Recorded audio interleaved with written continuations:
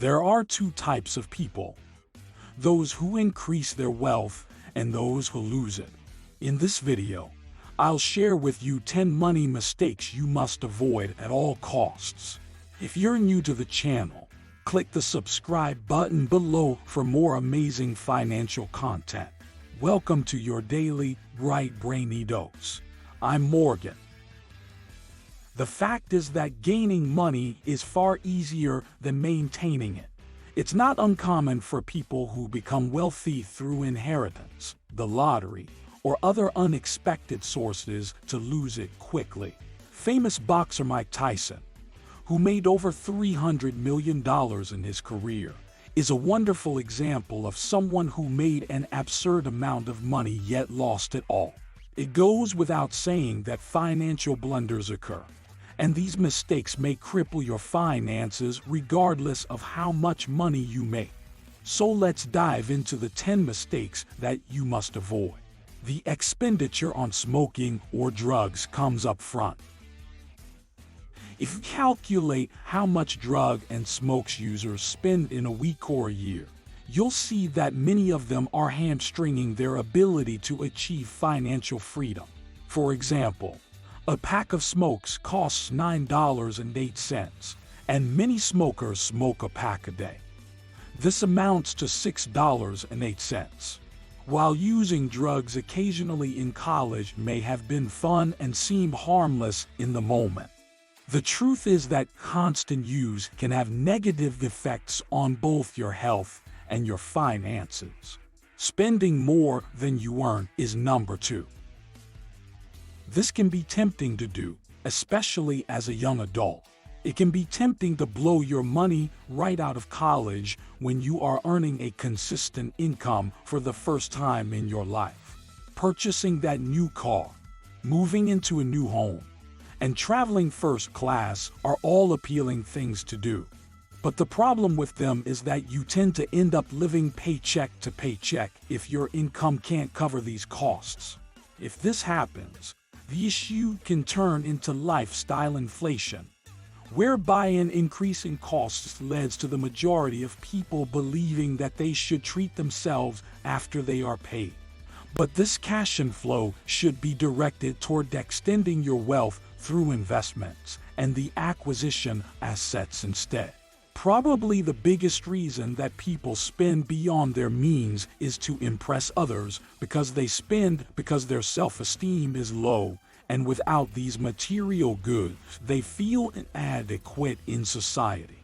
There will always be people to compete with or impress. So you have no business purchasing a $2,000 gadget when your monthly salary is only $3,000 per month. Another example of someone trying to impress others is an internet entrepreneur who, after being told he would never make a big business, purchases an expensive car when he makes his first big sale to prove his critics wrong once more. To guarantee you don't spend more than you earn, be wise and build a budget and spending tracking system. Number 3 is not making prudent investments. A type of asset that almost everyone seems keen on these days is real estate. Many people think that once they own an investment property, they'll be financially set.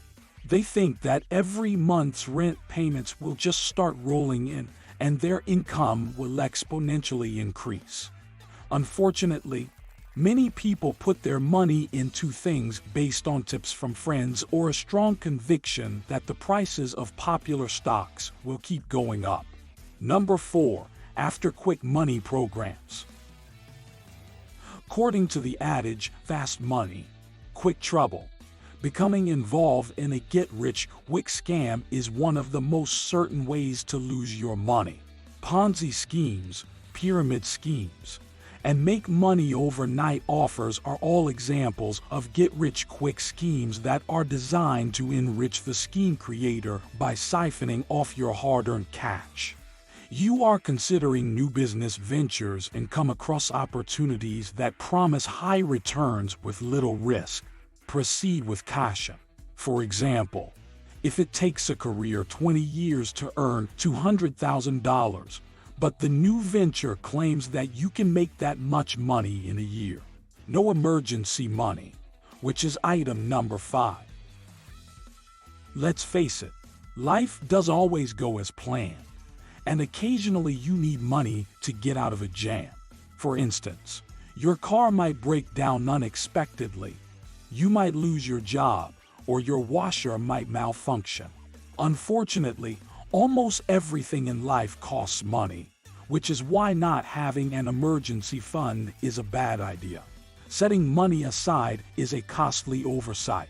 Sadly, a Federal Reserve study from 2019 found that almost 40% of American adults wouldn't be able to cover a $400 emergency with cash savings or a credit card charge that they could pay off quickly. Around 27% of those surveyed would need to borrow money or sell something to come up with the $400, and an additional 12% wouldn't be able to cover it at all. Fortunately, you don't have to be one of these people. It's simple to save these funds. All you need to do is ask your employer to set up a 10% automatic deduction from your pay. But how do you know when you saved enough? Most financial experts advise amassing 6 months' worth of living expenses. But if you want to be extra cautious, 1 year's worth is a great gold standard. Having just one source of income is number 6. When it comes to income sources, you need to think of yourself as a tree. Do trees grow fruit only from one source? For the majority of people, having a single source of income, usually in the form of a salary, is a way of life. Unfortunately, jobs aren't as secure as people perceive them to be. In fact, more than 21 million people were laid off by U.S. businesses in 2018 alone. If your job was your only source of income, your cash flow would abruptly stop. Number 7. Highly depending on credit cards. The use of credit cards encourages impulse buying and gives you the impression that you can afford anything with a simple swipe. But for some people, they can be a one-way ticket to financial ruin. Although you need credit cards for some business applications, relying on them heavily can ruin your finances. In fact, a 2001 MIT study found that people who used their credit cards more frequently spent up to 100% more money overall. Fear of taking financial risks is number 8. No risk, no reward. And in order to make money, you need to take risks. But the risks you take need to be calculated. For example, investing in an index fund is riskier than keeping your money in a savings account. But doing so will never grow your money and will only yield the standard 0.009% interest at a savings account. However, investing in an index fund, which historically has mirrored the movements of the entire stock market, is higher risk than leaving your money in a savings account. The only money you should leave in a savings account is money for your living expenses and your cash emergency fund. In other words, you have to save to invest and not save for the sake of saving money. Save without any actual plan will end up being spent on things that are not worthwhile. Number 9. I mentioned that being afraid to take financial risks is a mistake. People who are scared to take risks will save all their money and leave it to erode over time. Having just one bank account is number 10. One bank account makes managing your finances difficult because you must keep all of your college savings and emergency cash in one place. Additionally, if you overspend on one currency, you run the risk of not having emergency cash or tuition money available when you need it. For these reasons, you should have at least 3 bank accounts, one of which should be used for emergency funds. Your play account contains the funds you set aside for entertainment and travel. But if you want to go a step further, you should set up an untouchable account. With this account, paycheck deductions can be made automatically each month, automating your savings process and ensuring that your wealth increases over time. Thank you for watching. My name is Morgan once again. You want to change your current life to one you deserve. That's apart from you helping me keep my job here. Please click the subscribe button right away, or my bloody bosses will fire me. Share this video too. Thanks.